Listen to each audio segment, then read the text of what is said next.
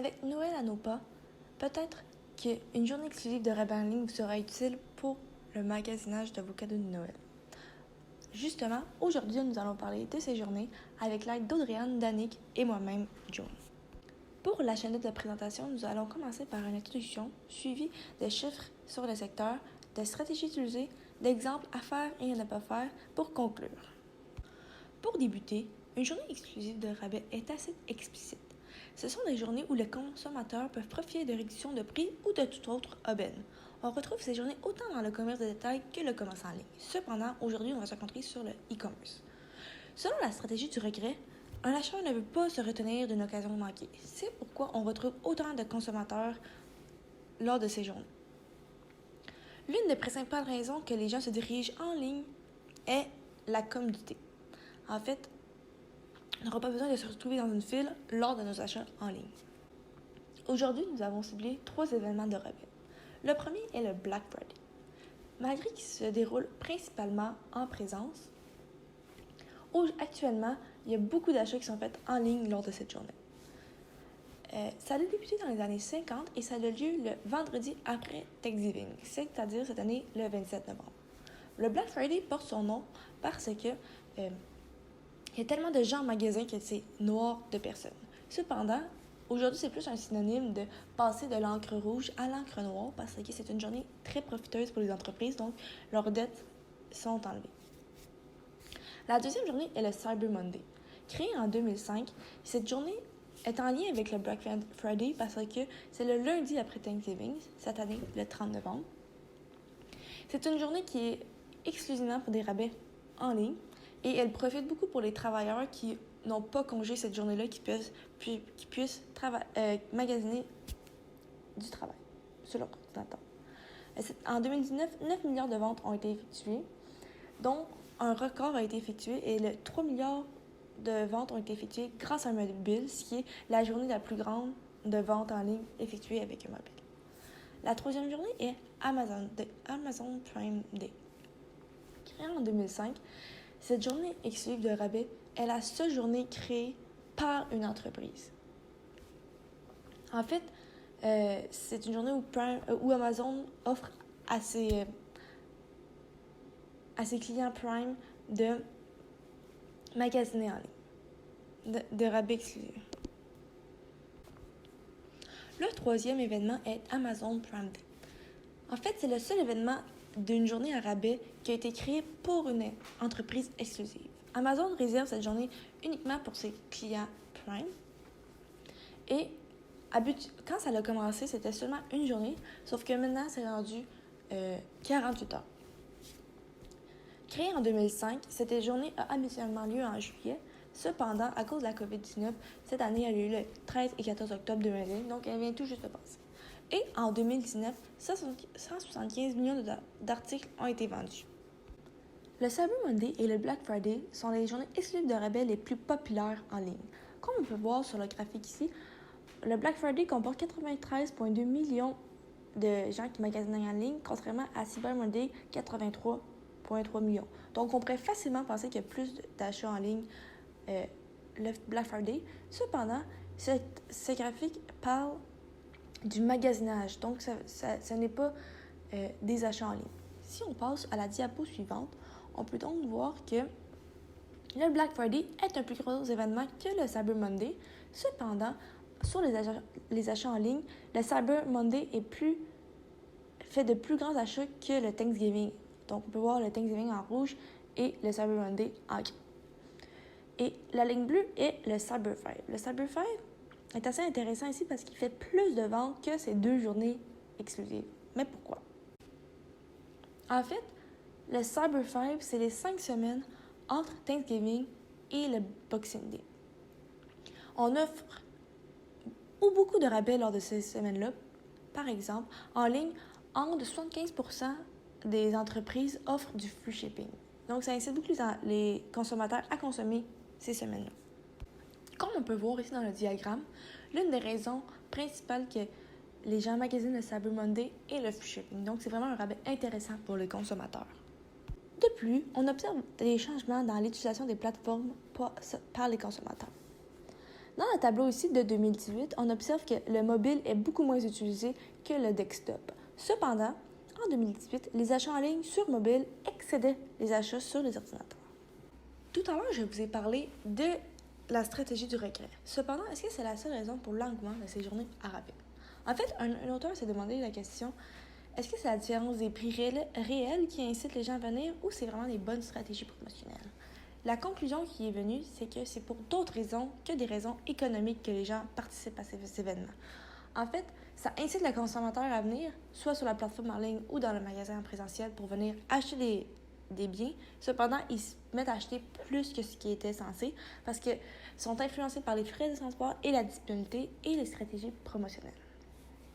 Pour faire suite à cet engouement, je cède la parole à mon collègue Danny. Parfait, maintenant on va regarder les stratégies qui sont utilisées par les entreprises dans les secteurs d'activité qui sont cibles.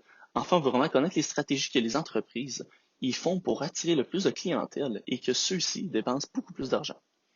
En fait, pour regarder c'est quels les secteurs d'activité qui sont cibles, on s'est fié sur l'article de Madame Delcia, Ionas ainsi que Poon pour découvrir 3 secteurs qui sont les plus influents durant ces événements. Enfin, on a premièrement l'événement ainsi que la mode, le secteur de l'électroménager ainsi que l'électronique. Pour le premier secteur d'activité, on va commencer avec l'événement ainsi que la mode. C'est un secteur que beaucoup d'entre vous connaissent, j'en suis sûr. C'est aussi vraiment accessible comme secteur, donc les produits sont un peu moins chers que les autres. Donc la première stratégie utilisée, c'est l'utilisation de l'urgence d'agir. Des petites stratégies qui sont utilisées pour atteindre cette urgence d'agir. C'est utiliser des rabais pour les early birds, les premiers temps. Donc c'est vraiment d'envoyer un lien soit par texto, courriel, à ceux-ci pour qu'ils puissent accéder au site web avant les autres. Et donc qu'ils puissent acheter les produits qu'ils veulent et qu'ils aient une meilleure sélection que les autres. Ça aide aussi à la loyauté pour les clients à long terme parce qu'ils se sentent OK, ils ont fait attention à moi et c'est excellent pour la marque. Ça, c'est une petite stratégie de pull forward pour mettre le client en premier et l'amener dans l'entreprise. Une deuxième stratégie, c'est d'utiliser les offres exclusives par courriel, soit envoyées aux clients qui sont inscrits à l'infolette. Avec ce code rabais, vous pouvez obtenir un 50% de rabais ou un petit 2 pour 1. Une troisième stratégie, c'est vraiment d'utiliser le lancement de produits d'édition limitée exclusifs qui vont être disponibles pour la journée de rabais. Un exemple, on peut voir en bas à gauche, c'est une entreprise qui s'appelle Allbirds, c'est une entreprise de souliers. Eux, en fait, ils ont vraiment sorti une nouvelle collection de produits qui sont seulement disponibles pour cette journée. Donc, ça a été fait l'année dernière, ça a été vendu en 30 minutes. Donc, on peut vraiment voir que c'était vraiment efficace comme stratégie et que les gens ont vraiment été enclins à acheter ce produit-là. Une autre stratégie, c'est d'utiliser un petit emballage personnalisé. On sait que c'est proche des fêtes, donc les gens, Noël, tout ça, la majorité des gens utilisent, la majorité des gens achètent des produits pour leurs proches. Donc, c'est vraiment faire des petits emballages personnalisés pour ceux-ci. Une autre stratégie utilisée par les industries de la mode ainsi que l'événement, c'est l'utilisation des livraisons gratuites. En fait, les gens aiment beaucoup mieux avoir de la livraison gratuite. Par exemple, si un produit à 25 livraison gratuite, les gens vont être plus attirés à acheter ce produit qu'un produit à 20 avec des livraisons de 5 c'est vraiment un aspect qui est très important pour les gens. Le shipping, c'est rendu un aspect que ça peut vraiment repousser la clientèle. Une autre stratégie, c'est d'utiliser les référencements sur les réseaux sociaux. Comme on a vu dans la classe, dans les derniers cours, les réseaux sociaux sont très importants. Les gens sont beaucoup sur celui-ci. C'est sûr que ce n'est pas tout le monde de la population, mais c'est la grande majorité. Donc, c'est vraiment un aspect à utiliser. Tout simplement, on peut voir sur l'image en bas à droite l'utilisation d'un code. Comme ça, ensuite, à la fin de ces événements, on peut ainsi faire un petit tracking pour savoir est-ce que les gens utilisent ce code-là. Est-ce qu'ils ont utilisé? Est-ce que ça vaut la peine de continuer sur les réseaux sociaux?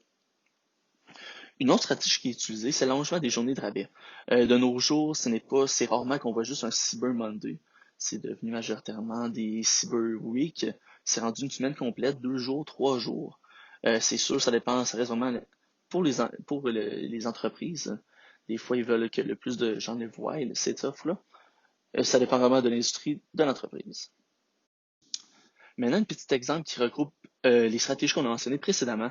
C'est avec Gymshark, c'est une entreprise qui vend des événements de sport, un peu comme Nike.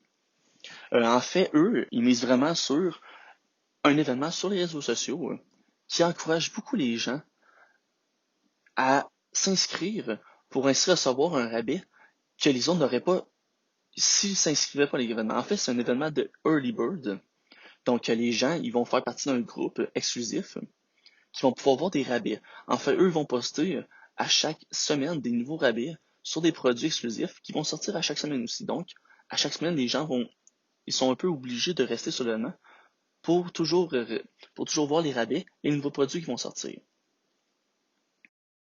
Aux dernières nouvelles, cet événement-là, il y a 36 000 personnes qui étaient intéressées. Donc, on peut vraiment voir que les gens, ils sont enclins à participer à cet événement-là pour voir les nouveaux rabais et vraiment voir les nouveautés qui vont sortir. Pour le premier secteur d'activité, on va commencer avec l'événement ainsi que la mode. C'est un secteur que beaucoup d'entre vous connaissent, j'en suis sûr. C'est aussi vraiment accessible comme secteur, donc les produits sont un peu moins chers que les autres. Donc, la première stratégie utilisée, c'est l'utilisation de l'urgence d'agir. Des petites stratégies qui sont utilisées pour atteindre cette urgence d'agir. C'est utiliser des rabais pour les early birds, les premiers temps. Donc, c'est vraiment d'envoyer un lien soit par texto, courriel, à ceux-ci pour qu'ils puissent accéder au site web avant les autres. Et donc, qu'ils puissent acheter les produits qu'ils veulent et qu'ils aient une meilleure sélection que les autres. Ça aide aussi à la loyauté pour les clients à long terme parce qu'ils sentent qu'ils ont fait attention à moi et c'est excellent pour la marque. Ça, c'est une petite stratégie de pull forward pour mettre le client en premier lieu et l'amener dans l'entreprise. Une deuxième stratégie, c'est d'utiliser les offres exclusives par courriel, soit envoyées aux clients qui sont inscrits à l'infolette. Avec ce code rabais, vous pouvez obtenir un 50% de rabais ou un petit 2 pour 1. Une troisième stratégie, c'est vraiment d'utiliser le lancement de produits d'édition limitée exclusifs qui vont être disponibles pour la journée de rabais. Un exemple, on peut voir en bas à gauche, c'est une entreprise qui s'appelle Allbirds, c'est une entreprise de souliers. Eux, en fait, ils ont vraiment sorti une nouvelle collection de produits qui sont seulement disponibles pour cette journée. Donc, ça a été fait l'année dernière, ça a été vendu en 30 minutes. Donc, on peut vraiment voir que c'était vraiment efficace comme stratégie et que les gens ont vraiment été enclins à acheter ce produit-là. Une autre stratégie, c'est d'utiliser un petit emballage personnalisé. On sait que c'est proche des fêtes, donc les gens, Noël, tout ça, la majorité des gens utilisent, la majorité des gens achètent des produits pour leurs proches. Donc, c'est vraiment faire des petits emballages personnalisés pour ceux-ci. Pour le troisième secteur, il s'agit des électroménagers. En fait, les stratégies utilisées sont pas mal les mêmes. Par contre, ils peuvent offrir un financement prolongé à l'achat pour les clients, puisque c'est des produits qui sont vraiment plus chers. Donc, c'est ce qui regroupe les stratégies que les entreprises utilisent pour les journées exclusives de rabais en ligne. Donc, je vais vous donner 2 exemples qui vont mettre les stratégies plus concrètes qu'on a expliquées plus tôt. En fait, Apple ont décidé de faire ça différemment l'année passée. Ils ont prolongé le Black Friday de 4 jours, puis ils ont offert des cartes cadeaux au lieu de rabais sur leurs produits. Donc, si j'achetais, par exemple, un MacBook Pro, j'avais une carte cadeau de 200 $ dépensée en magasin. De plus, cette année-là, Apple n'a pas vraiment investi dans le marketing puis dans la promotion du Black Friday. En fait, ils ont laissé les revendeurs le faire. Par exemple, Walmart vendait des téléphones à 250 $ de rabais.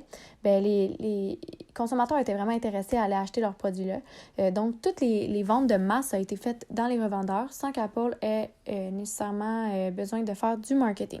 Donc, pour eux, ça a été vraiment intéressant parce que vu qu'ils n'ont pas mis de l'argent dans le marketing, il y avait moins de ventes en magasin, mais dans les revendeurs, ça a été tellement immense qu'ils ont fait beaucoup de ventes.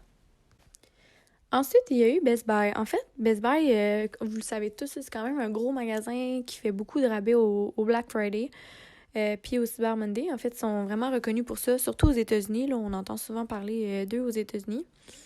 En fait, eux, il y a une année qu'ils ont eu une grosse panne sur leur site web de plus de 2 heures.